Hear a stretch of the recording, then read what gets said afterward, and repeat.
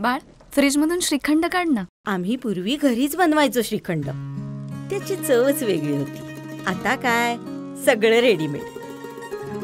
आजी, हे श्रीखंड खाऊन बघ. आज तुझ्या आईनं घरीच बनवलं की काय? हे आहे गोकुळचं श्रीखंड. अगदी जिभेवर रेंगाळणार. जिभेवरच नाही तर मनावरही रेंगाळणार. गोकुळ श्रीखंड, मनावर. चालू केलास काय? नमस्कार, मी न्यूज 24 प्रतिनिधी विनोद शिंगे. आज आपण आलोय पंढरपूर येथे. आता आपण आहोत चंद्रभागा नदीच्या किनारी. येथे लाखो भाविक आज दाखल झाले असून येणाऱ्या 2 दिवसात ज्ञानेश्वर महाराज असतील, तुकाराम महाराज असतील, या सर्वांच्या पालख्या इथं लाखोंच्या संख्येने उपस्थित राहणार आहेत. आषाढी एकादशीला काही दिवसाचा कालावधी उरला असून त्याची जल्लोष तयारी पंढरपूर देवस्थान समिती, पोलीस प्रशासन व इथल्या शासकीय प्रशासनाच्या वतीने करण्यात आले आहे. चंद्रभागेच्या किनारी आता आपण जर पाहिलं तर दुतोंडी वाहणारी चंद्रभागेमध्ये स्नान करून मोठ्या प्रमाणात भाविक आता विठ्ठल रुक्माईच्या दर्शनाला जात आहेत.